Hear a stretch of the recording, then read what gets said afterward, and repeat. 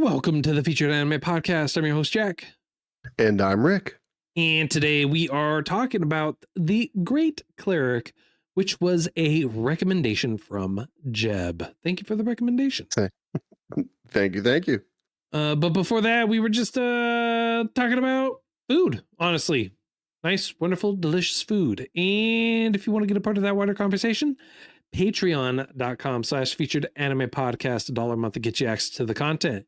And now onto the meat and potatoes. The Great Cleric is produced by TBS, Kodansha, Nichon, just to name a couple of them. It actually has two studios tied to it for this one. It's got Cloud Hearts and Yokohama Animation Lab for the studios. It aired from July 2023 all the way through September 2023. The genres for it are fantasy, isekai, slice of life, and comedy. It is based off of a light novel, and it is 12 episodes long. Now, the Great Cleric takes a slightly different approach to the standard isekai formula, and instead of an overpowered hero being summoned to defeat a demon lord, we are following salaryman who gets reincarnated as a 15-year-old man named Luciel. As his main motivation is pure survival, and since he's terrified of dying young again, he chooses the job class healer as his main job.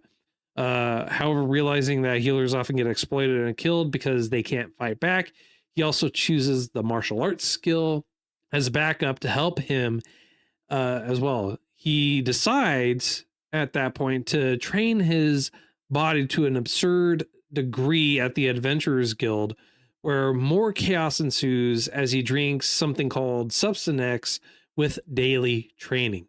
It's essentially a workplace drama disguised as a fantasy anime, focusing on kind of like the bureaucracy and corruption in the Healers Guild, and along with his grind to constantly improve himself. And the reason why I say workplace disguised as a fantasy anime, because that's honestly what this is. There's a lot of bureaucracy, a lot of drama that happens inside the whole place, because he's like, hey, everyone should be treated equally. Everyone should be able to afford proper health. Everyone should be able to do this and that and blah, blah, blah. And then everyone else is like, no, homie, just like arm and a leg. You can't pay your bill. I'll sell you into slavery just so I can make my money and just go off the rails. And that in part is is kind of the overarching plot in this, along with a couple other things. But the main pinnacle one that kind of shows up real early on is the fact that people are charged astronomical amounts even for the smallest of healings. And then the fact that you have people that discriminate openly against beast folks. I mean, that was fairly common as far as tropes go, you know.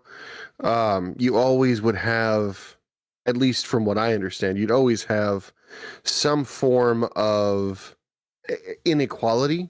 I guess that'd be a good way to put it, in regards to whether you're human or not human. And the fact that he didn't really give that discrimination was expected, because he comes from here. You assume. But it was the thing that made me kind of like this show was the unregulated cost of everything when it came to healing. And basically, if you could be healed with a regular heal or a high heal, most people would opt for the high heal for no other reason than it costs more money to do so. And well, it's not that it costs more money to do so. It's he's going to do it, and he's going to charge you more to do so. You don't have to charge more to do it. No, you don't have to charge anything. Yeah. Well, I mean, you have to charge because that's what the guild says. But I mean, there was a few times when he did the free it. He did it free because it was in a back alley and he didn't feel comfortable doing it. And then the other time when he said he was doing it for free, it was along the lines of, well, you know, I'm gonna consider this charity work, so it's not gonna be a regular thing. I won't be able to disguise it as this all the time. Yeah. Yeah, I'm just saying there was precedent for it. No, when he was confronted by a senior healer, he was like, "So, what do you do for this?" He goes, "High heal. What about this? Oh, high heal. Well, why? Because I can charge this much money for high heal. Well, he can People charge. want." Well, the thing is it's not that he can't charge that with anything other than high heal. He just uses that as the basis for it, his justification. Yeah, exactly. And that's why I was saying for a regular heal, he would typically, I would imagine, charge less because his justification for charging more was, oh, it's a higher class of heal. And Well, I understand it. It's like it was his justification was also along the lines of, well, I worked hard to be, I worked hard to get to this. Why wouldn't I use high heal? High heal is the best. It takes care of everything. Okay, well, yeah. why? Like, why? I mean, I get it, Why? but like, if you want a hole, you can use a shovel or an excavator. They both dig a hole. One just does a much better hole. No. One also costs a lot more. No, it's not one does a better hole. It is each one has its use case. Each one has their specifics that they would use. You wouldn't use an excavator to dig a post hole. You wouldn't use an excavator. You wouldn't. I might. You wouldn't, because that you would have to. That digs too much. You're not that at that point. You're actually countering what you're trying to do. You don't know the size of post I got. You know, it's just like with the high heal. There's a lot of healing that's not going to use. That's oh no, it uses overkill. it uses the high heal. It's just the maximum at which it'll heal. Just like with the excavator, it's a maximum hole to dig. It's overkill. It's for a not, reason. It's but it's not the same thing. That does not correlate. I mean, it matches in my mind. That's like you using a sledgehammer. Okay, fine. This is probably a better one. It's using a sledgehammer to hammer into household nails. Yeah. Is that better? That's better. Because technically uses the same thing. You just have a lot more oomph behind it than necessary. Yes. Okay. So I'll use that analogy rather than the one I had previous.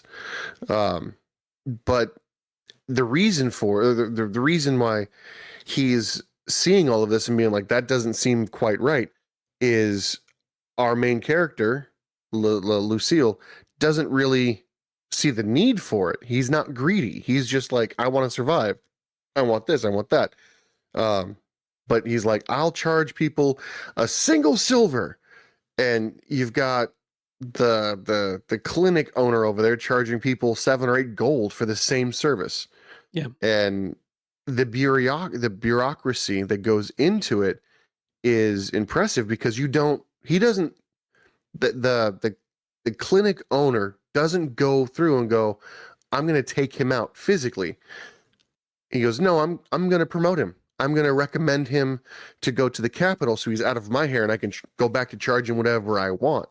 But I want to send him away. And he's like, and I don't even have to lie about it. I'm going to do it the honest way. And it works. It works. But it was really interesting because it shows that there are other powers that be, if you will. Might doesn't always make right. You have to go through certain channels, certain political channels, let's call it. It's depends. It's all dependent on how cunning you can be. It's not even just a matter of going through the proper channels. It's like, how cunning can I be without it? Because his letter technically wasn't a lie. It just wasn't exactly like if you send a letter and it's like his prices are just astronomical, it's hurting business and everything like that, blah blah blah. That's 100% true. He was hit the prices compared to everyone else there. Their prices, his price was astronomical. It was out of the realm. It was hurting businesses. Is it the whole truth? Not even close. Yeah. But it's true. Yeah. It is. And if he had said, I thought it was quite. Yeah. And I was going to say is if he had said, oh, he's only charging 1 silver to heal people, and it's hurting my business because I want to charge 30 gold to heal someone. They would look at the guy and go, all right, well, charge less. Yeah. Well, I mean, would they though? Because in the main capital, they're also charging an astronomical amount of money, But and it it's was even not it's not controlled. All of it isn't no, controlled. it's not. And so that's the other thing, because when he went there and he told the bishop and everything else, when he got there about it, it's just like, oh, I see. Okay. And that's it. That was the end of the discussion. Yeah, I was gonna say it wasn't much of a discussion. Yeah. Like, oh yeah, okay, that's it. Oh, you're a country bumpkin. You want to try harder? You want to make waves? Okay, okay. Well, we've got this other position for you that's away from the public. Well, wouldn't it be better if you were to go take a look at that? Perhaps wouldn't it be better if you were to, I don't know, go away where no one can see you? Yeah. Let's do that instead. Yeah. So it's just the first part of it. The first part of the show makes you not like bureaucracy. It makes you realize that in this anime, human life or life in general is cheap. It's inexpensive. Whereas healing costs enough sometimes, and it depends on if you go to a good enough healer. It's a good way to gain a lot of money, and it's a good way to earn your keep or earn enough that you don't have a difficult life. The thing is not everyone can do it. It's a job that not everyone can do. And they even reinforce this for other aspects of the same or similar vein, where you have paladins and templars and things like that. It's like people aren't being born with those skills anymore. They're just becoming fewer and fewer. And so it's hard for them to maintain or have things like that. So you have people that, they'll go out there, they're outsourced or whatever it is. And you have the Adventurers Guild that can go out there and take care of a majority of it. But in terms of healers and everything like that, and again, they said this at the very beginning too, where he walks in and he's like, aren't you going to collect a tax on me? No, you're a healer. In this country, healers aren't taxed. But if you go to another country, they are taxed. They're treated like everyone else and everything like that. So in the country he's in, they're held to a much higher regard because of how that country is in general. While that is true, we don't really see any other countries. That's kind of what I was hoping to see in this anime. Like, one of the things that I'm disappointed by was a lot of storytelling. Maybe there'd be a season 2. I don't think there would be, but at least not how it didn't give the impression that there'd be a season 2. Anyway, there's so many other countries that they spoke about in passing that would open itself up to really, really good storylines. You know what I mean? Yeah. But that's just me speculating with what actually happened. It was quite interesting because you saw him go through rather brutal training, and then he gets this elixir, this chemical X, if you will, and it's disgusting. It is putrid. It is slimy. It coats his tongue. It makes his breath smell bad, but it's got rather impressive upsides. Kind of. And those upsides, from what I understand, those upsides include a good amount of strength, a boost, a good amount of experience, ease of learning, so to speak. Meaning like he has really, really good tendencies. Would that be the right way to put it? No, not tendencies. Skill sets. Like, he's able to learn these skill sets really easy. He's able to gain stats, become better at healing, become better at fighting, become overall better, faster. Does that make sense? Yeah, I mean, like, it is and it isn't. It does and it doesn't. Like, that's the rumor for it, and it kind of does those things, and it gives you like resistances to like poisons and things like that as well. So it gives you status and boosts on top of it. but it does it at the cost of a couple of different things. One, your level never goes up. You're permanently stuck at level 1 while you take it. Like, you will never level up. You gain the skills and everything increases as if you were leveling up, but you're actually never leveling up. The other thing is you have you're basically 3 primordial instincts, right? And which is what is it?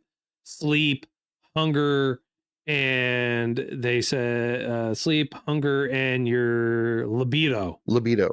Yeah. And as a result of taking the one, it gets rid of one and boosts the other 2. The one that it gets rid of is libido. In his particular case, yes.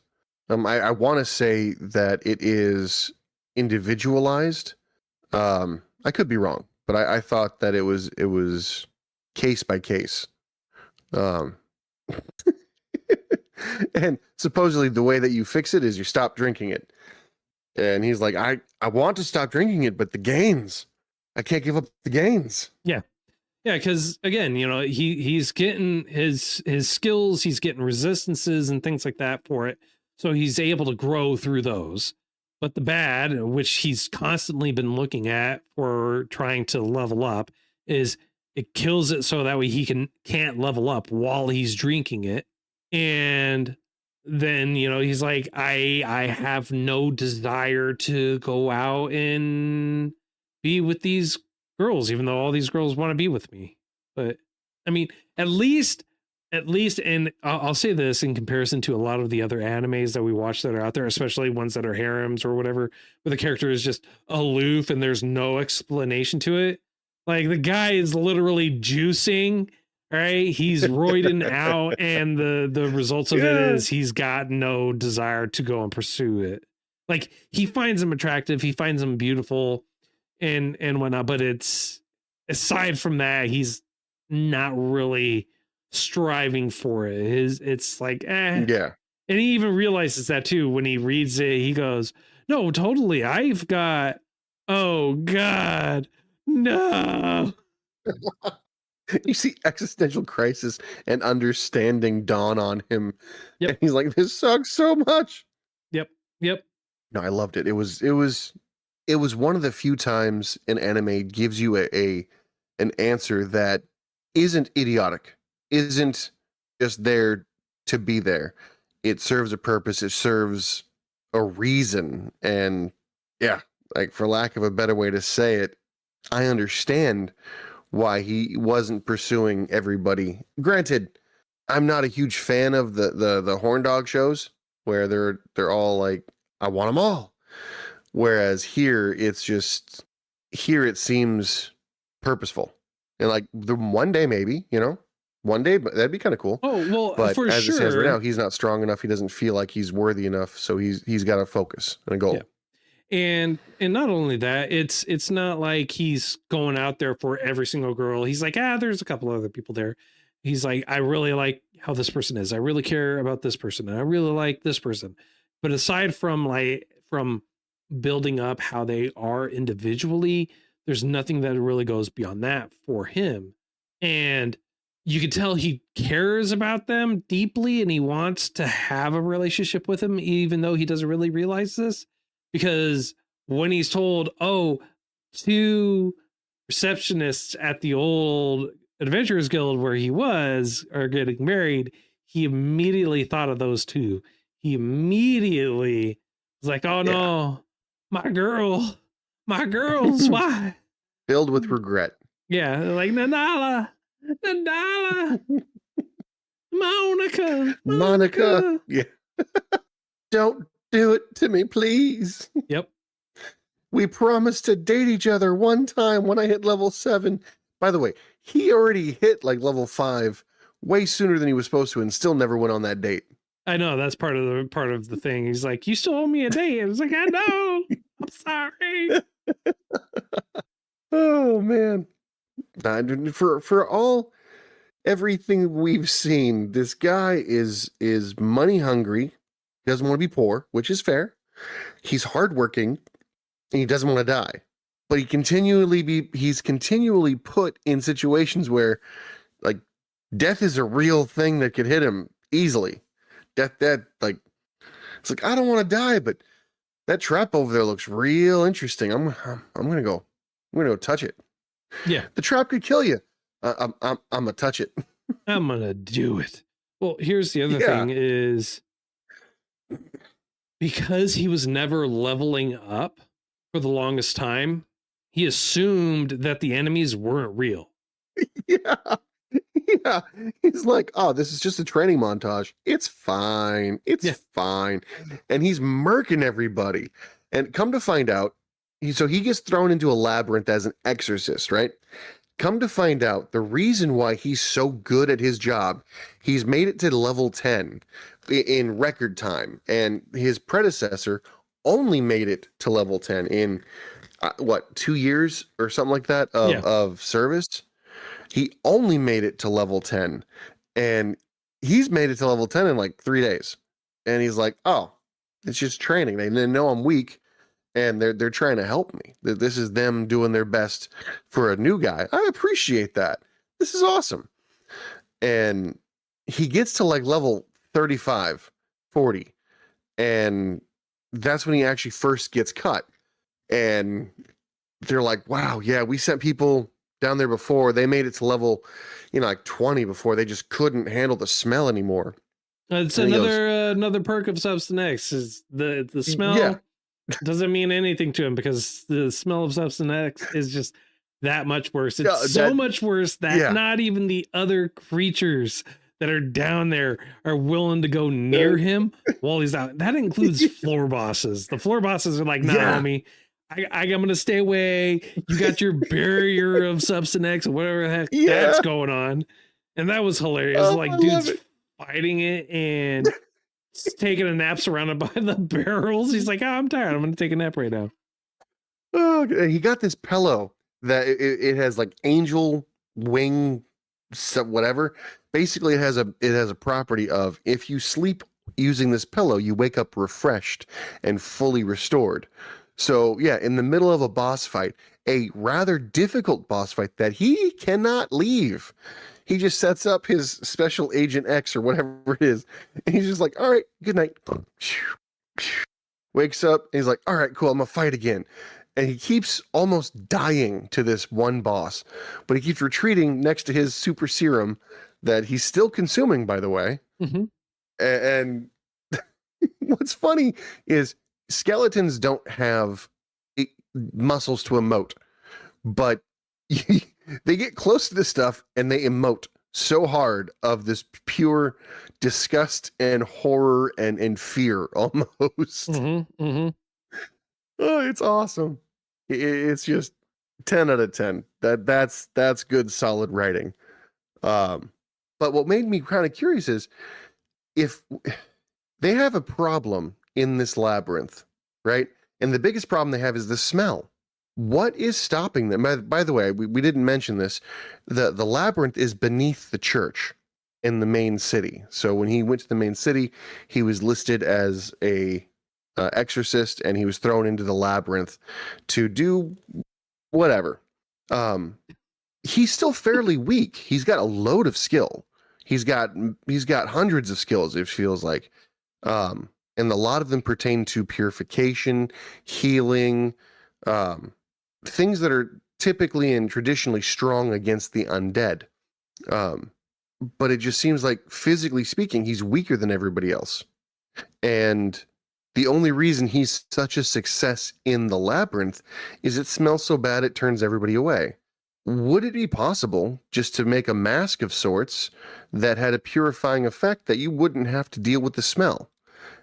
Given all of the other magics around, given all the other technologies around, it seems like that would be a no-brainer. I mean, like, kind of. Here's the thing is, so he's unique in that he can use his magic while wielding a weapon. All the other priests there can't use weapons and cast magic at the same time. Didn't he get armor and magic that was armor and weapons that were anti-zombie? he got paladin armor and things like that, but it's given to him because they're like, oh, he's just down there. He's actually not using magic. And the fact that he's progressing so quickly and still winning is just far out of the world, because they had an entire group of people that went down there and all of them got murked because it was just so bad, or they smelled so bad, or they ran away. And as people went down, it's not just a matter of them dying from the smell. They were being picked off because the enemies were difficult. You can't use holy magic and weapons at the same time. It's one or the other. Okay, I guess you're right. That does make him unique in that aspect.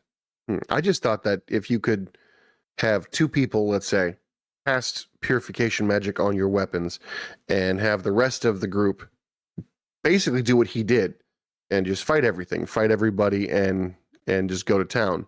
I thought that that would be one way that they'd be able to fight the labyrinth, but they never did. And it's even if you couldn't fight, even if you couldn't cast and fight at the same time, the mask for smell purification seems like it would be a no-brainer.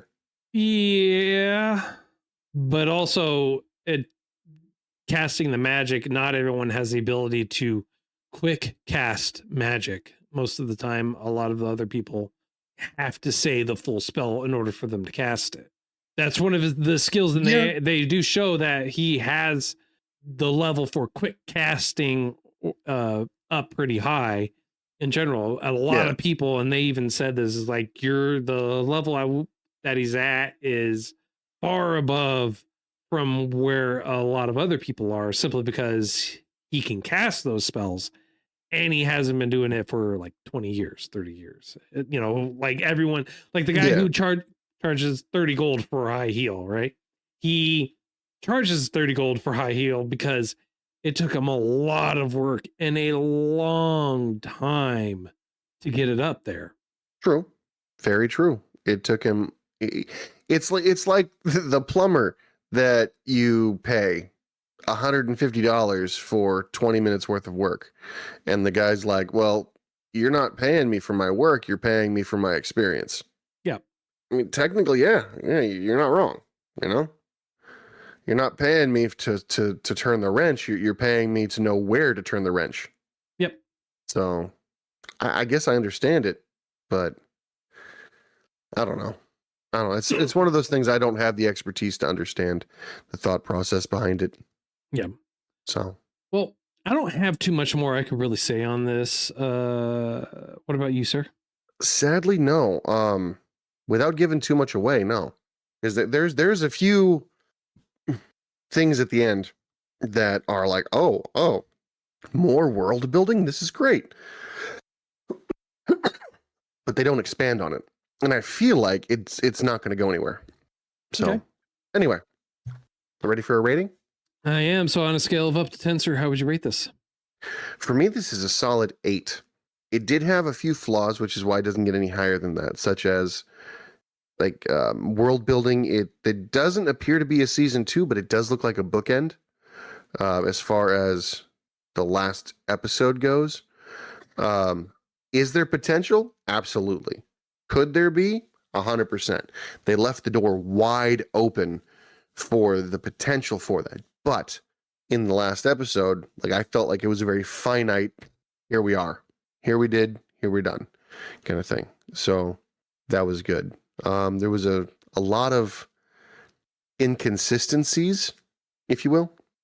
And there's a lot of inconsistencies, and there's a lot of answers that I didn't get a satisfactory response to. But yeah, for all these reasons and more, I'm sure, I'm giving it an 8. Okay. For me, it was a really enjoyable show. It was easy to watch. I watched it all easily in one sitting. It just honestly just was really easy for me to get through this. There wasn't a bookend. I mean, like, if anything, this was definitely an open ending. They could not have left it open wider than this. I'll tell you that right now. Honestly, it's a fun, cute show. It's definitely an easy rewatch too. I do hope that there is a season 2. I do look forward to there eventually being a season 2. And honestly, I may just go out and read the light novels that this is based on, just to get that closure continuing with the story. So for me, yeah, I give it a 9. It's really good. I'd watch it again. It's one that I would actually go back and rewatch probably a couple times, just to get a break from some of the other shows that I'm watching. So respectable. Very respectable. Indeed. Next week, we're going to be watching one that CJ, the man, the myth, the legend from Anime Anonymous, has recommended to us, First Angel. So if you feel like we did too much justice and not enough justice or anything like that, feel free to contact us and let us know. All our contact information is in the show notes, as well as on our website at featuredanimepodcast.com. You can also join us on Discord and talk to us and hang out with us in there. And then, of course, on stream as well, where we stream majority of our episodes on twitch.tv/featuredanimepodcast. And then, of course, we have some affiliate links for you as well for Crunchyroll. Get yourself a nice free trial or get a discount off their store. Links for you are in the show notes for that. And then let's not forget about Tokyo Treats. Nice, wonderful, delicious treats every single month coming straight to you. If you use our affiliate link along with coupon code Featured Anime, you get $5 off that very first box. And trust me, the treats are worth it.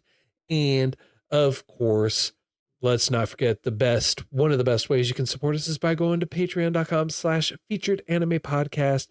If you go there, $1 a month gets you access to bonus content that we usually post with every episode. And of course, don't forget about some Swinky swag, shop.featuredanimepodcast.com. And until next time, I'm Jack. I'm Rick, and we'll see you next time.